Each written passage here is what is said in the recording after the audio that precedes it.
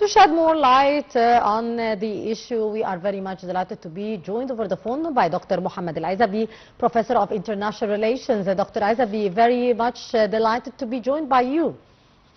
Thank you very much. Thank you so much, sir. Sir, President Abdel Fattah al-Sisi arrived in the Qatari capital Doha to participate in the Emergency Arab Islamic Summit, which will take place later today. How do you see the keenness of President al-Sisi to participate in such an emergency summit, sir? Well, as all the viewers know, that President Abdel Fattah al-Sisi from 2015 announced that we want to make Arabic troops to defend the Arab countries against any threat from any other countries which can threat any Arab country. President Abdel Fattah al-Sisi have a vision before what happened in Gaza. After 7th of October 2023, he announced that he rejects any try to immigrate the Palestinian people from Gaza to any other country and from the West Bank to Jordan. So we can say that President Abdel Fattah al-Sisi is a very important leader in Arab countries, and according to European countries, he has a great trust by European leaders in his vision and his situation. So President Abdel Fattah al-Sisi considered as the very important person in this summit, in this emergency summit in Doha. And we think that he will say a great speech to explain what happened in the region these days, according what happened in Qatar by Israel, and try to assassinate Hamas leaders. Yes. Sir, President Sisi's participation is stressing Egypt's full solidarity with Qatar and its constant position in backing the Arab brothers, which are facing the Israeli aggression, which is violating all international pacts and norms.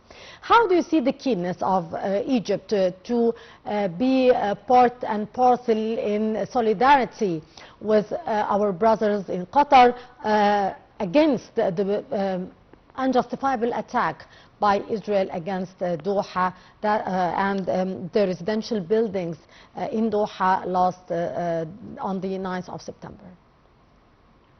Well, after this attack by Israel to our brothers in Doha, we see that the speech which announced by the presidency spokesman, and he rejected any kind of violence which happened to Qatar by Israel. Egypt announced that we stand with our brothers in Doha. We stand with any situation that Qatar will decide to take, and we try to talk to other presidency and European countries, try to make an international situation against this attack to Doha, as we do in international situations against the Israeli attacks in Gaza and the slaughters which happened to the kids and women in Gaza. So Egypt, as I said, is a great player in this summit, and Egypt with Prince Tamim will make a difference in this situation, especially after Tunisia and Kuwait, Oman and Bahrain apologized to attend this summit. Every summit we saw some presidency or princes of Arab countries apologize to attend, but Egypt always attend any summit, any Arab summit, because Egypt tries to make an Arab situation, to unify the Arab situation against Israel.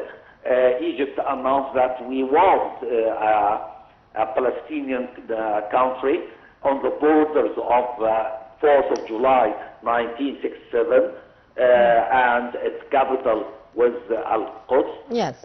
So Egypt and President Abdel Fattah al-Sisi will make a great difference in this emergency summit. Yes. Especially the agenda of this summit includes many points, and we can discuss it if you want. Yes. You have tackled, Dr. Aizabi, a very important point. We have seen yesterday the meetings of the foreign ministers ahead of today's summit for the draft resolution for the summit.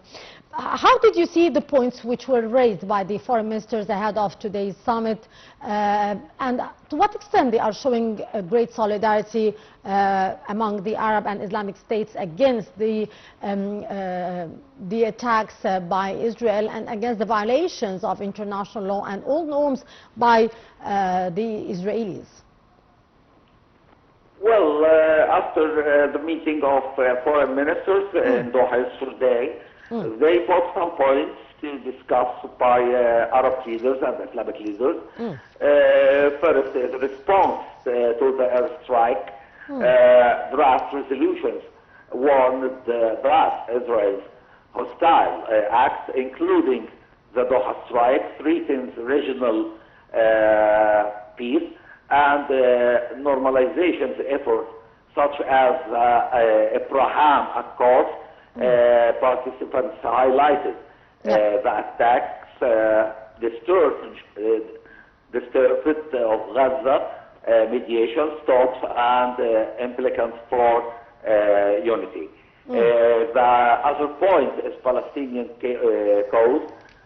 Leadership reiterated demands for an immediate ceasefire in Gaza, where Israel operations have caused widespread deviations, and the summit addressed the borders Israeli-Palestinian conflict, including plans for West Bank annexation, unified measures also, debates focused on potential concentrate actions against Israel, such as diplomatic isolation, economic sanctions, or legal measures as the UN Security Council. Iranian President Pezeshkian called for severing ties with the fake regime, while Qatar officials stressed legitimate legal measures to protect sovereignty. Also, regional security. This emergency summit will discuss discussions about touched on escalation tensions, including Israel strikes in Lebanon and Syria, and the need for enhanced Arab-Islamic coordination to counter ISIS. Yes. Sir, we have to talk here about yesterday's speech by the Qatari Prime Minister and Foreign Minister Mohammed bin Abdurrahman Al Thani, who urged the international community to reject the double standards and hold Israel accountable for its attacks on Doha. To what extent we are going to witness these movements by an agreement today from the Arab and Islamic leaders regarding taking actions and stances with Israel and its violation of all norms and international laws? Well, the Prime Minister of Qatar and all the foreign ministers which attend the discussions yesterday put some points to discuss according to the international law. They try to make movements or law movements against Israel to punish Israel according to international law through the Security Council and United Nations. They will make some steps together to go to the Security Council, as we saw which happened in the session of Security Council from 2 days ago, and all countries refuse what happened in Qatar and refuse their strike, which happened by Israel to destroy some buildings in Doha, so that the Prime Minister of Qatar and the leaders which who attend this emergency summit will take a unity action against what happened, and they will discuss some steps to do together, as we saw in the situations which happened after the attack in Lebanon and in Syria. Yes. So till now we are seeing high participation on high level participation as well by leaders and the presidents of the Arab and Islamic states. So what message here did you see till this moment from this high level participation from the Arab and Islamic leaders? The main message which happened by high participation in this emergency summit is that the Arab and Islamic countries will not accept what happened again. They will take some actions to prevent this to happen any time. The other message is that the Arab countries and the Islamic countries have one word against Israel. They refuse all what happened from Israel. Also, they can say that we affirm unwavering solidarity with Qatar and condemn the Israel attack as a threat to regional peace. It means that they call for international accountability, of course, including UN intervention, and urged an end to double standards in addressing Israel actions. They will push for renewed Gaza ceasefire effort and recognition of Palestinian statehood as a request for any normalization with Israel.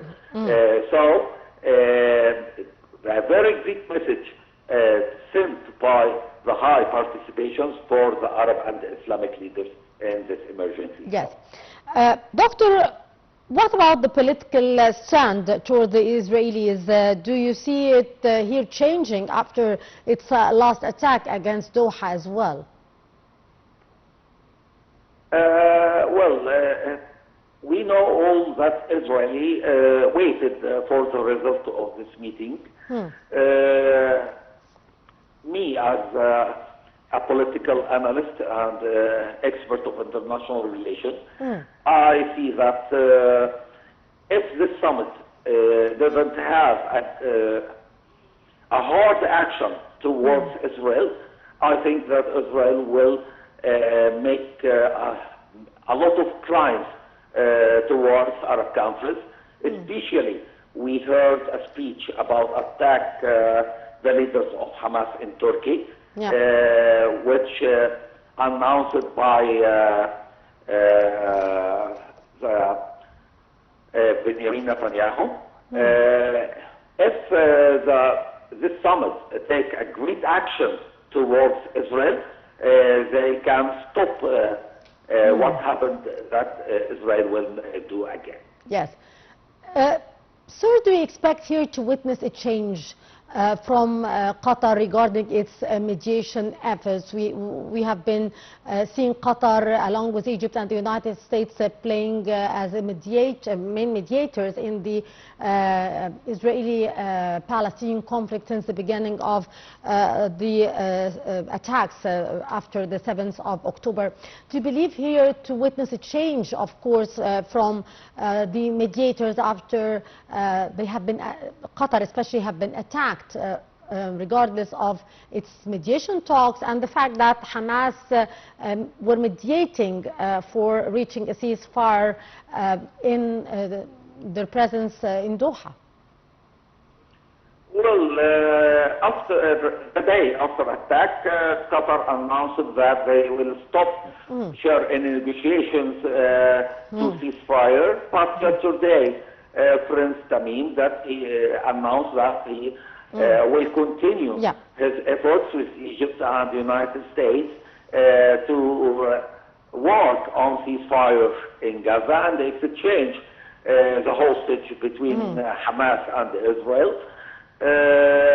But at the same time, we saw the visit of Mark Rubio to Israel. Yes. And what Mark Rubio announced in Israel, it means that the U.S. under President Donald Trump has maintained close ties with Qatar, but faced pressures after the strike.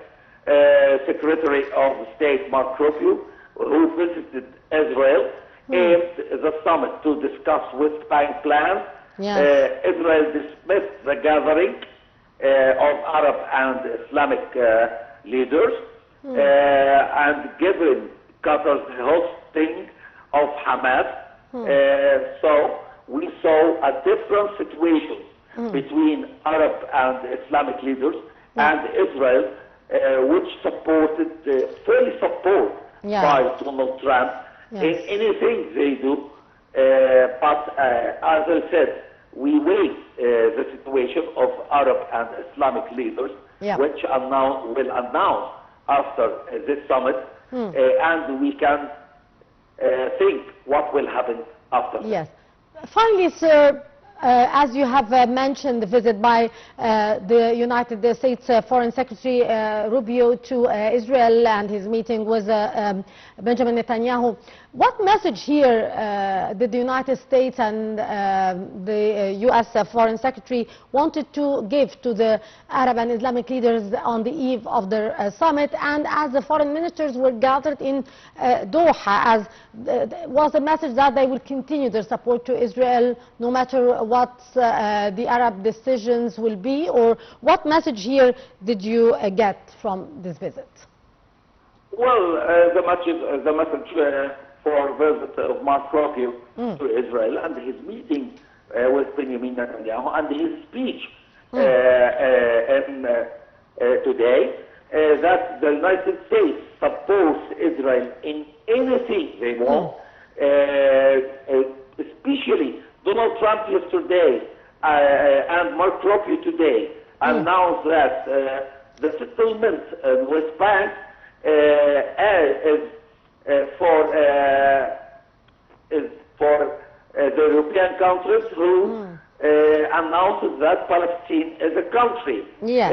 So the message is that United States support Israel, stand with Israel in anything, and agree with anything that Israel will do.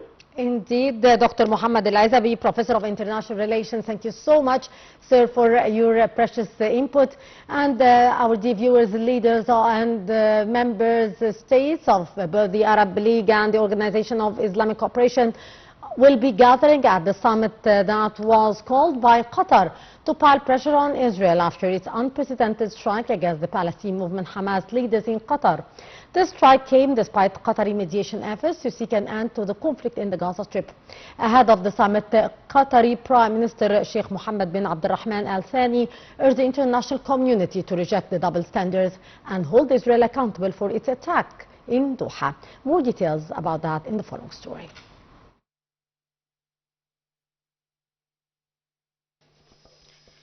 ahead of the Arab Islamic Summit, Qatari Prime Minister Sheikh Mohammed bin Abdulrahman Al Thani urged the international community to reject the double standards and hold Israel accountable for its attack on Doha. Qatar Prime Minister also warned that other Israeli hostile acts threaten the region. The emergency summit, bringing together members of the Arab League and the Organization of Islamic Cooperation, began with a meeting of foreign ministers on Sunday to discuss a draft resolution. The summit is being convened in Doha in a show of support for Qatar in the wake of the Israeli attack that targeted leaders of the Palestine movement Hamas last week. The September 9th attack, which Hamas says killed 5 of its members but not its leadership, took place despite Qatari mediation efforts to seek an end to Israeli war in the Gaza Strip. A member of Qatar internal security forces was among those killed. Qatar has accused Israel of sabotaging the chances for peace and practicing state terrorism.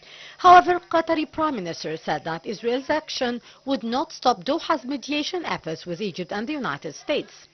An excerpt of the draft resolution of the summit said that the brutal Israeli attack on Qatar and the continuation of Israel's hostile acts, including genocide, ethnic cleansing, starvation, siege, and colonizing activities and expansion policies, threaten prospects of peace and coexistence in the region. During the nearly 2-year war in the Palestine enclave, Israeli occupation forces killed more than 64,000 Palestinian civilians, mostly women and children.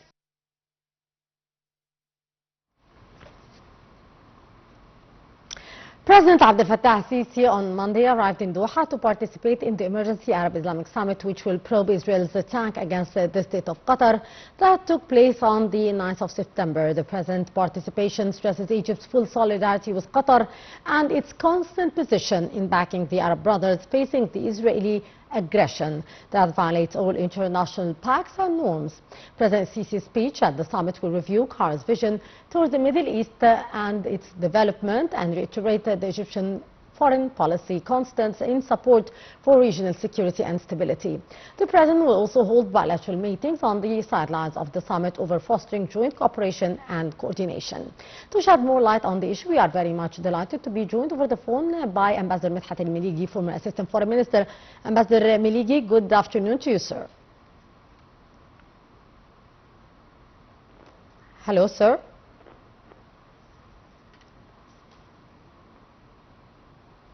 Ambassador Meligy.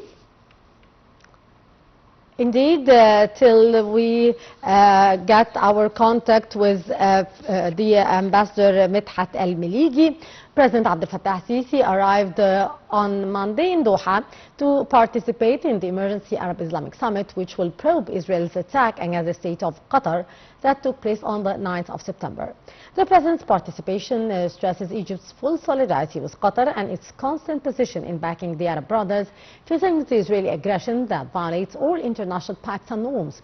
President Sisi's speech at the summit will review Qatar's vision towards the Middle East developments and reiterate the Egyptian foreign policy constants in support for regional security and stability.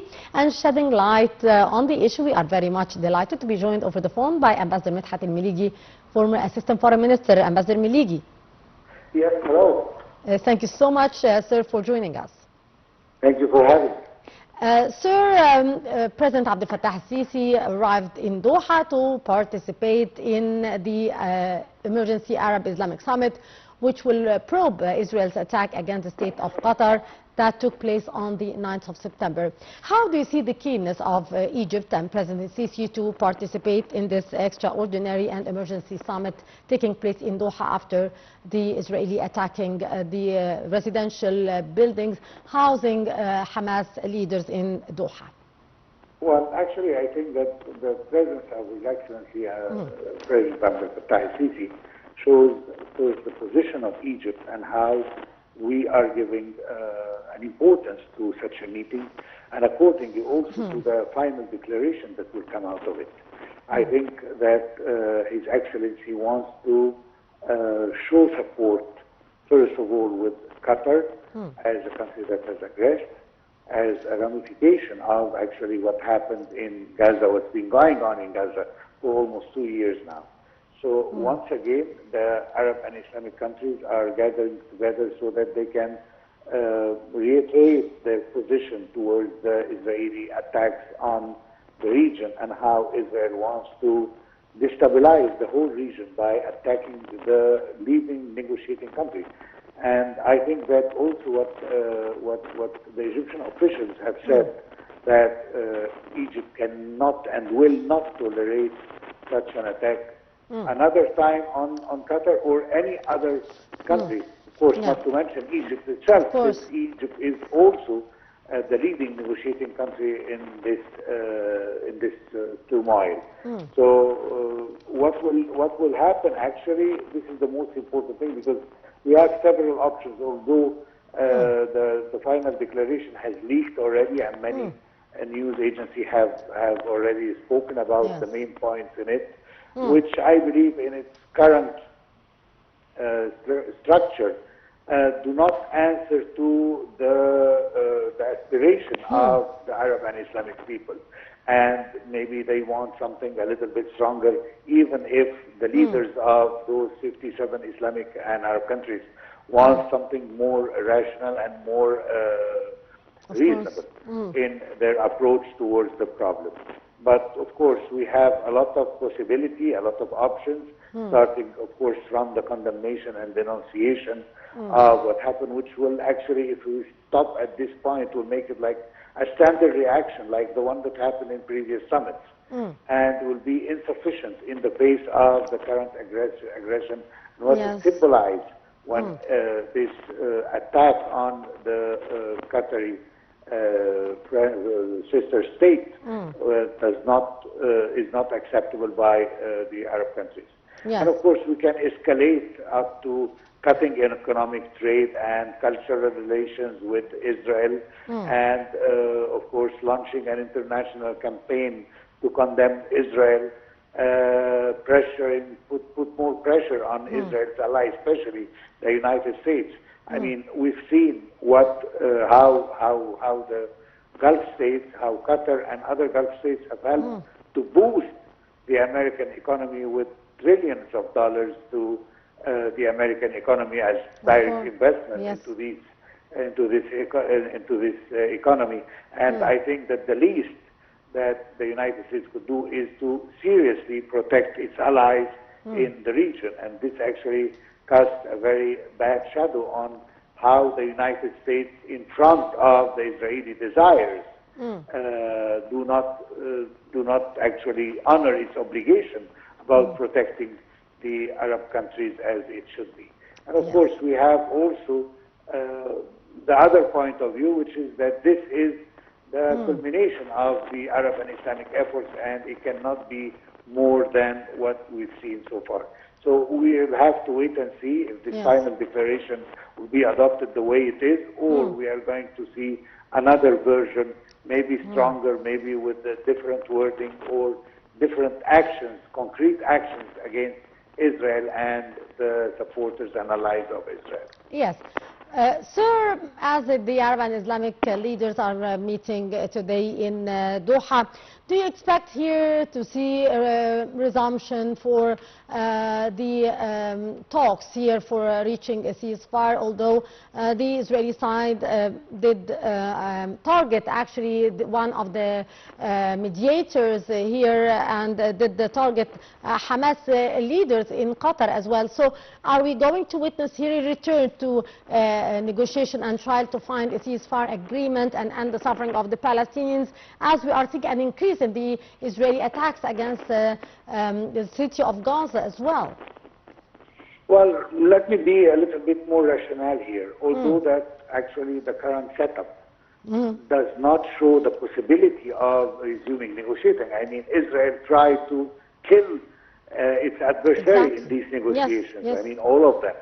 And I believe that this, with the current setup, we will not reach this. However, I think that in the current situation that actually the Palestinian people are facing, we have to accept to resume negotiations. That if Israel wants to resume negotiations, because as many leaders of Hamas and other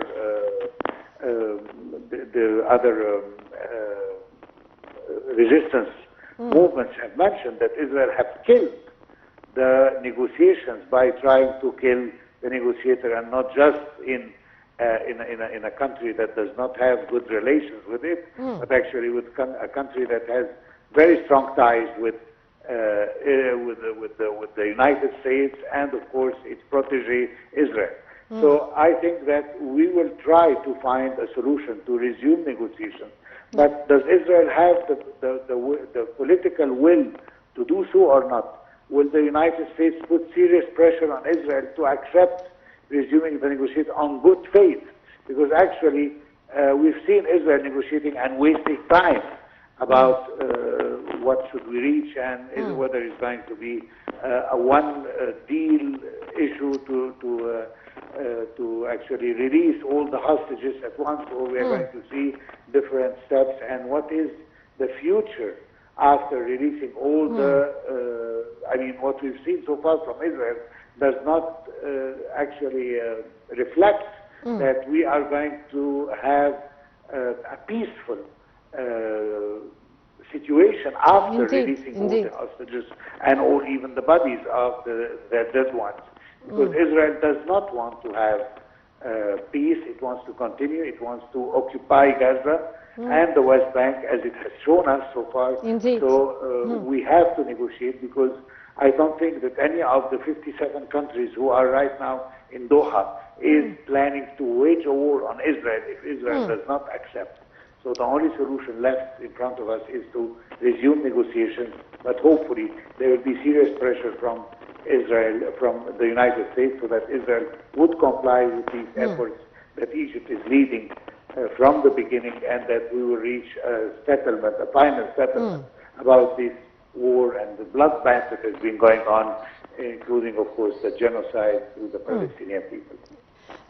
Sir, actually, as the Arab and Islamic leaders are meeting today in Doha, do we expect to witness some pressure which would be imposed on Israel to enter the humanitarian aid and end the starvation in the Gaza Strip?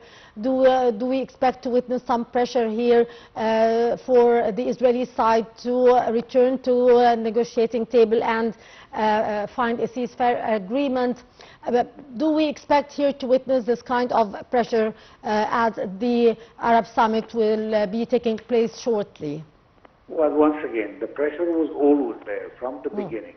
From the beginning of the reports that came from multiple humanitarian organizations, from the United Nations, from its specialized agencies who spoke about the famine that is taking place in Gaza, until they officially declared Gaza as a place where famine is taking over. So the pressure was always there. But in order to find a solution to this, I think the most important thing is that Israel should first acknowledge that there is a famine in Gaza, and then they would do what they can to lift this embargo on humanitarian aid entering Gaza. The idea is that, I mean, all the Arab countries and the Islamic countries and even Western countries are sending things, although Egypt is covering over than 75% of the humanitarian aid, which is actually, we reached the point that it threatens on the food door of Gaza, that we cannot enter. So the idea that Israel first has to admit that there is a famine going on in Gaza, and accordingly we can solve it. So, but how can we help in this? How can we pressure this? If Israel denies in the first place that there is a famine going on in Gaza, so how can I convince it with something that the whole world has seen it? Every single organization who works there have seen it. The United Nations have seen it, and they have proof that Israel is blocking this humanitarian aid.